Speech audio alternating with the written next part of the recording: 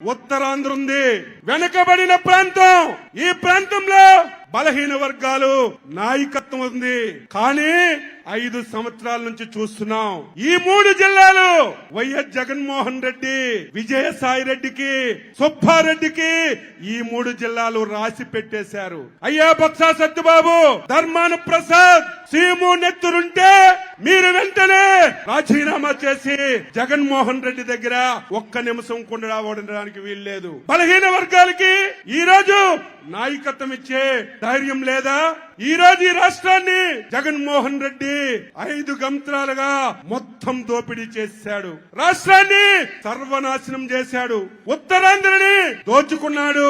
అందుకే మనందరం కూడా ఈ రోజు మళ్ళీ తెలుగుదేశం, జనసేన, తెలుగుదేశం పార్టీ ఒక్కటే ఉన్నప్పుడు, 1 సంవత్సరం ముందు నేను చెప్పాను 160 స్థానాలు తెలుగుదేశం పార్టీకి వస్తాయని. చాలా మంది నవ్వారు. అచ్చెన్నాయుడు ఏంటి 160 స్థానాలు వస్తాయని. ఇప్పుడు తెలుగుదేశం పార్టీకి పవర్ స్టార్ పవన్ కళ్యాణ్ కలిశాడు. ఇక్కడ వైసీపీది దబిడి దుబిడే.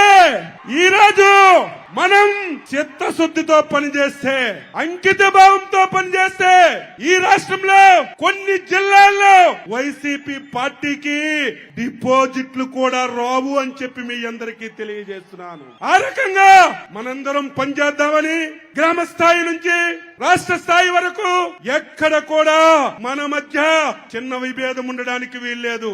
ఈ దుర్మార్గుడు, ఈ సైకో ఆ ప్రయత్నాలు కూడా చేస్తాడు. కులాల మధ్యన తగాయిదా పెడతాడు, మతాల మధ్యన తగాయిదా పెడతాడు, ప్రాంతాల మధ్యన తగాయిదా పెట్టి రాజకీయ లబ్ధి పొందాలని ప్రయత్నం చేస్తాడు.